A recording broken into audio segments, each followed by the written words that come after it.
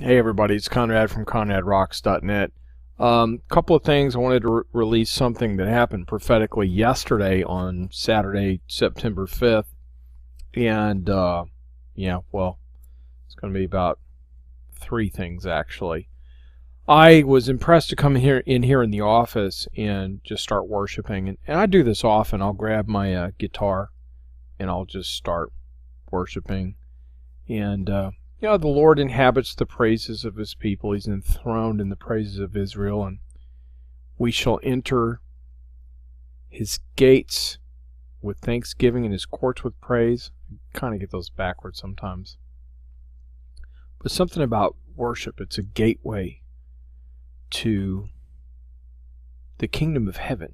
I'm a worshiper. I've been leading worship. I've been worshiping just worship for a long time. And you know what? That's when the miracles happen. That's when the visions happen. That's when people get healed. It's during worship. Yeah, pretty much. And it doesn't always happen during preaching. As a matter of fact, it mainly happens during the worship time. You ever notice that? Anyway, so I was worshiping. And I was doing the prophetic stuff, just praying what I hear. See, in the Psalms, they are prophetic songs. They're what David was singing, when Saul was trying to kill him or whatever. He would be in a cave and he would write a song. He would just go into that time of worship. Anyway, so I was worshiping yesterday. And in the spirit, I saw this eagle. And this eagle was flying. And it was looking around in the darkness. Everything was pitch black. And the thought that was going through the eagle's mind, and the thought in the spirit realm at that point was, I can't see where to land. I don't know where I'm going.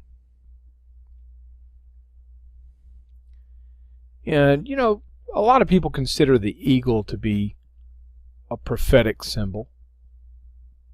Could be in this instance. And as I began to worship, I didn't want to curse the darkness, but I wanted light. A lot of us feel like we want to curse the fruits of evil. We want to curse the darkness when we should be a light, or we need light. And who's the light? We're the light of the world, and we're the children of light. I'm thinking of some scriptures. But the thing that happened during this particular time of worship, when I worshiped, there was this crack of light, whoosh, and it just lit up everything, and then the eagle could see. And then it went into this next prophetic vision, and these are already being confirmed. I wanted to release this yesterday, but I thought, I need to let this stew a little bit so that I get some more revelation. But God's already talking to some other people about it. It's pretty awesome. So the next vision is someone was plowing a field. And the verse, don't look back. I forget those things that are behind. I reach forward to the open call. That was kind of resonating in the spirit. And as scriptures like, oxen in the stall, there's going to be a mess. I was hearing this stuff. I was hearing all these background scriptures.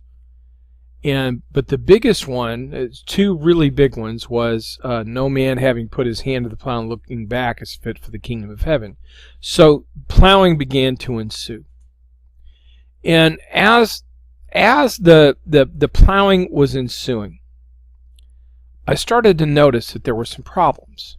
Number one was there was not only rocks in the soil that was to be plowed, and this fits in with the parable of the sower sows the word, but also there was pavement. Pavement. So it's like principalities were working through men. Principalities works through personalities. And they were paving over what the Lord intends to be plowed. So we need to get rid of the pavement and the rocks and plow. And I wanted to read Mark 4:14 through 17 so we could kind of see where it fits prophetically. The sower sows the word. Well, you got to plow the field, right? You got to plow the field, get rid of all the rocks, get rid of all the weeds, everything in that parable. Verse 15 in Mark chapter 4, and these are they by the wayside where the word is sown. But when they've heard the word, Satan comes immediately and taketh away the word that was sown in their hearts. Wasn't good ground. Verse 16, and these are they likewise which are sown on stony ground, who when they've heard the word immediately receive it with gladness, and they have no root in themselves, and so endure but for a time. Afterward, when affliction or persecution arises for the word's sake, immediately they are offended. So we're at that time right now. We're at a precipice where there's offenses that are happening because of the word, and many are falling away. So we need to plow the field, get rid of the rocks, and do something about this. People have paved over the field. They don't want anybody else getting saved. Then vision number 3,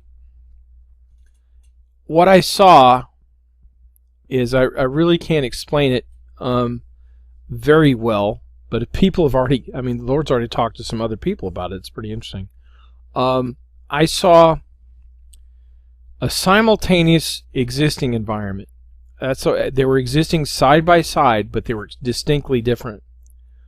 One was this field. It turned into darkness, and there was this line, and it makes no sense, but this is what I saw. There was this line, the darkness on one side, and on the other side, the field was bright daylight. They had no business existing together, but they did. Two distinct environments coexisting side by side. So I thought that was interesting. And then I had to take a shower. Now, after this, Susan and I are going to do a behind the scenes. Behind the scenes. You gotta be on the email list, but it's Conrad@ConradRocks.net. Subscribe. Just say I want to subscribe to the behind the scenes stuff. A lot of stuff happened this weekend. Demonic stuff, really good prophetic stuff. Some of the stuff that God's been speaking prophetically is coming to pass. It's real exciting. So if you're not already a subscriber, we're about to do this video after this one. Just put subscribe in Conrad@ConradRocks.net. All right, let me know what you guys think about these visions, okay? God bless you. Till we meet again, dig deeper and go higher.